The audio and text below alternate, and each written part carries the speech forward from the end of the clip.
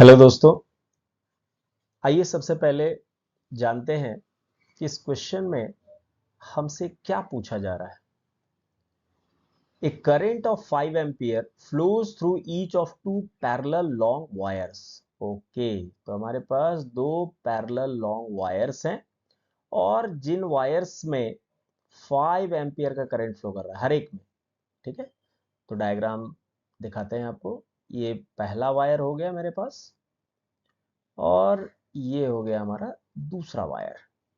ये दोनों पैरेलल हैं, तो थोड़ा पैरेलल बनाने की कोशिश करेंगे इन्हें।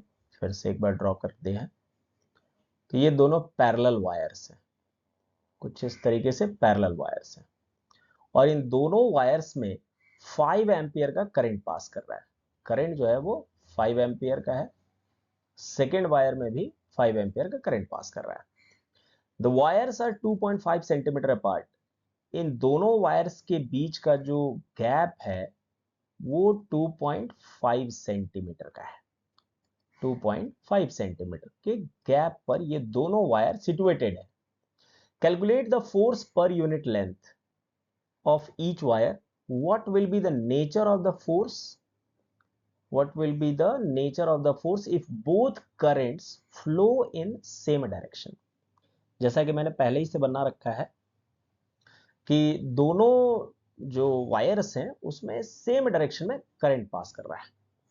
तो आइए सबसे पहले सेकेंड पार्ट जो है इसका आंसर हम क्वेश्चन में कर देते हैं कि जो नेचर कैसा होगा, फोर्स का नेचर कैसा होगा। देखिए, दो तरीके का फोर्स हो सकता है, अट्रैक्टिव या फिर रिपल्सिव। तो इसके लिए हम लोग फ्लेमिंग्स के लेफ्ट हैंड रूल का यूज करते हैं। फ्लेमिंग्स के लेफ्ट हैंड रूल का यूज करेंगे और साथ में राइट हैंड थंब रूल का भी यूज करते हैं। ठीक है, तो सबसे पहले अगर हम राइट हैंड थंब रूल का यूज करेंगे तो हम ये पाएंगे कि ये जो फर्स्ट वायर है, चलिए इसका नाम दे देते हैं ए बी। ए बी जो पहला वायर है, तो इसके डायरेक्शन में अगर हम थंब रखें और बाकी के फिंगर्स को कर्ल करें, मैं बहुत अच्छा ड्राइंग तो नहीं कर सकता हूं बट आपको कोशिश करता हूं कि इस तरीके से हम लोग इसको रिप्रेजेंट कर सकते हैं। बाकी के फिंगर्स को कुछ इस तरीके से, अगर इस वायर को कुछ इस तरीके से होल्ड करें कि थंब जो है वो करंट के डायरेक्शन में हो, तो बाकी के फिंगर्स देखिए अंदर की तरफ जाएंगे। वायर ए बी से अगर हम देखें तो दूसरा वायर जिसे हम सी डी नाम दे देते हैं, तो उसकी तरफ जो मैग्नेटिक फील्ड होगा वो अंदर की तरफ होगा। एक छोटी उंगली और बना देते हैं यहाँ पे। तो कुछ इस तरीके से अगर मैं ड्रॉ कर दूं तो आप नोटिस करेंगे कि इस पॉइंट पर जो मैग्नेटिक फील्ड होगा वो अंदर की तरफ होगा। मतलब बी वेक्टर से उसे रिप्रेजेंट करते हैं और चूंकि ये मैग्नेटिक पहले वायर के कारण प्रोड्यूस हुआ है या कहें ए बी वायर के कारण प्रोड्यूस हुआ है, तो यहां पर हम ए बी कर देते हैं। ठीक है, तो हालांकि बी ए बी लिखना सही नहीं होगा क्योंकि बी से ऑलरेडी हम लोगों ने मैग्नेटिक फील्ड को रिप्रेजेंट कर रखा है, इसलिए बी को हटाकर, ए को हटाकर मैं सीधा 1 और 2 लिखूंगा इन्हें। ठीक है, तो ये हो गया बी 1, मतलब फर्स्ट वायर के कारण प्रोड्यूस्ड मैग्नेटिक फील्ड। दूसरा कि अगर हम वायर सीडी को देखें और यहां पर अपने थंब को रखें करंट के डायरेक्शन में, तो यहां पर जो मैग्नेटिक फील्ड बनेगा उसके बारे में थोड़ा अगर देखा जाए तो मैग्नेटिक फील्ड से फर्स्ट वाले जो वायर है, मतलब जो वायर सीडी है, उसके करंट के कारण जो मैग्नेटिक फील्ड बनेगा कहां पर, तो ए बी वायर के किसी एक पॉइंट पर, let us suppose this point पर, तो ये बाहर की तरफ होगा according to right hand thumb rule, और इसे हम लोग नाम दे देते हैं B2। ठीक है, और जब ये दोनों बातें हमको पता चल गई तो इसके बाद हम लगा सकते हैं फ्लेमिंग्स का लेफ्ट हैंड रूल। फ्लेमिंग्स का लेफ्ट हैंड रूल क्या कहता है कि आप अपने लेफ्ट हैंड के 3 फिंगर्स को, थंब, इंडेक्स फिंगर और सेंट्रल फिंगर को कुछ इस तरीके से रखें कि आपका जो इंडेक्स फिंगर होगा, कुछ इंडेक्स फिंगर होगा। चलिए मैं छोटा सा एक डायग्राम बना के दिखाता हूं। मान लीजिए इंडेक्स फिंगर है और इससे कनेक्टेड है थंब, और थंब के बाद एक फिंगर और आता है कुछ इस तरीके से, बाकी के फिंगर्स को आप कुछ इस तरीके से मोड़ देंगे, ये आपका इंडेक्स फिंगर हुआ, ठीक है। ये हो गया थंब और सेंट्रल फिंगर। तो इंडेक्स फिंगर अगर मैग्नेटिक फील्ड को रिप्रेजेंट करे, सेंट्रल फिंगर अगर करंट के डायरेक्शन को रिप्रेजेंट करे, तो थंब जो होता है, जो थंब है वो फोर्स के डायरेक्शन को रिप्रेजेंट करता है, ठीक है। कुछ इस तरीके से हम लोग समझ सकते हैं। तो जब आप सीडी वायर के पॉइंट पर इंडेक्स फिंगर को रखेंगे तो वो बेसिकली अंदर की तरफ होगा, रख के देखेंगे तो वो अंदर की तरफ होगा। इंडेक्स जो सेंट्रल फिंगर है वो ऊपर की तरफ जाएगा। क्यों ऊपर की तरफ जाएगा? क्योंकि करंट ऊपर की तरफ जा रहा है, मतलब डी से सी की तरफ जा रहा है। तो वैसे कंडीशन में आपका जो थंब होगा वो ए बी वायर की तरफ होगा। और इस तरीके से हम ये पता लगा लेंगे कि जो फोर्स है सीडी पर वो किसकी तरफ लगेगा, तो ए बी की तरफ लगेगा। इन द सेम वे अगर हम वायर ए बी पर इस पॉइंट की बात करें जहां पे हमने B2 को ड्रॉ किया है, वहां पर आप करंट के डायरेक्शन में अपने सेंट्रल फिंगर को रखें। B2 के डायरेक्शन में मतलब आउटवर्ड डायरेक्शन में अगर अपने इंडेक्स फिंगर को रखें, तो आप देखेंगे कि आपका जो थंब है वो सीडी की तरफ है। मतलब जो फोर्स होगा सीडी की तरफ लगेगा, ए बी वायर पर जो फोर्स होगा वो सीडी की तरफ लगेगा। तो अगर इन दोनों फोर्सेस को देखा जाए, मान लीजिए किसी एक फोर्स का नाम मैंने F1 दे दिया, यहां पर F1 देते हैं, दूसरे का F2 नाम अगर दे देते हैं, तो आप देखेंगे कि दोनों फोर्स एक दूसरे की तरफ हैं और ये बताते हैं कि दोनों वायर एक दूसरे को अट्रैक्ट करेंगे। तो फोर्स जो होगा वो अट्रैक्टिव नेचर का होगा, फोर्स अट्रैक्टिव नेचर का होगा।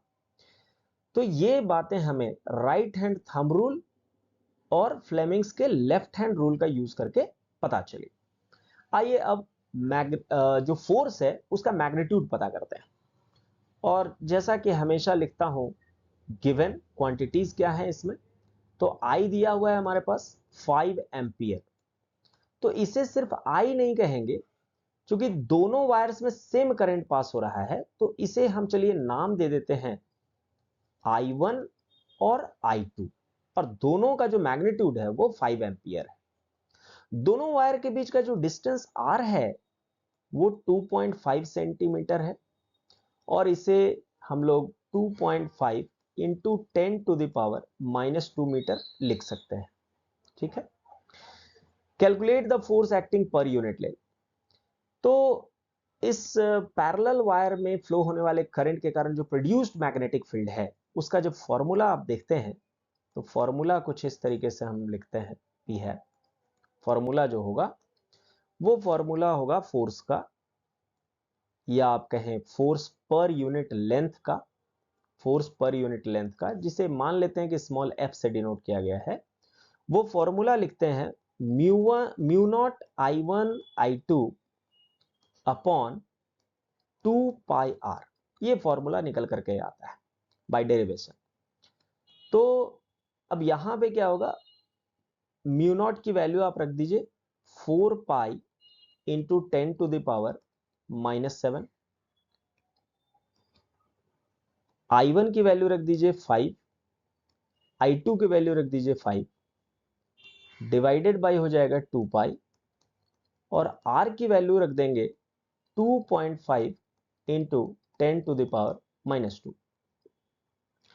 2π से 4π कैंसिल हो जाएगा 2 टाइम्स, 2.5 से 5 कैंसिल हो जाएगा 2 टाइम्स, और इस तरीके से जो फोर्स पर यूनिट लेंथ है वो आपको मिलेगा जब आप इसको मल्टीप्लाई करेंगे, 2 2 जार 4, 5 जार 20 इंटू, अब जरा देखिए ये 10⁻⁻² जो है वो न्यूमरेटर में चला जाएगा, 10⁻⁻² जो है वो न्यूमरेटर में चला जाएगा। तो 10⁻⁷ जो कि ऑलरेडी है, और 10⁻² वो प्लस होकर के न्यूमरेटर में चला जाएगा।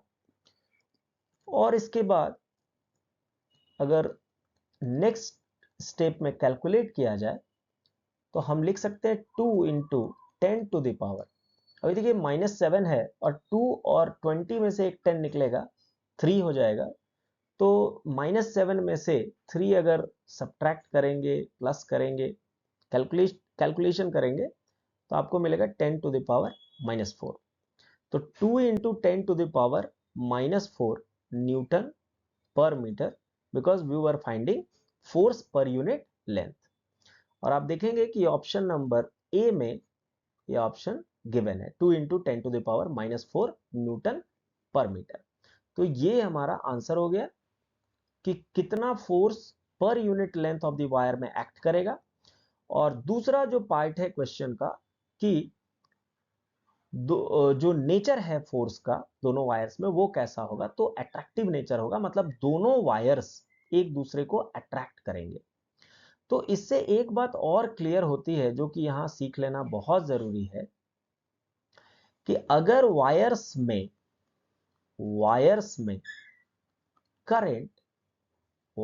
में करंट सेम डायरेक्शन में हो, कैसे हो, सेम डायरेक्शन में हो, तो फोर्स अट्रैक्टिव नेचर का होगा, अट्रैक्टिव नेचर का होगा। और इसके विपरीत अगर ऑपोजिट डायरेक्शन में हो, ऑपोजिट डायरेक्शन में करंट अगर फ्लो कर रहा हो, ऑपोजिट डायरेक्शन में अगर करंट फ्लो कर रहा हो, तो फिर रिपल्सिव नेचर का होगा,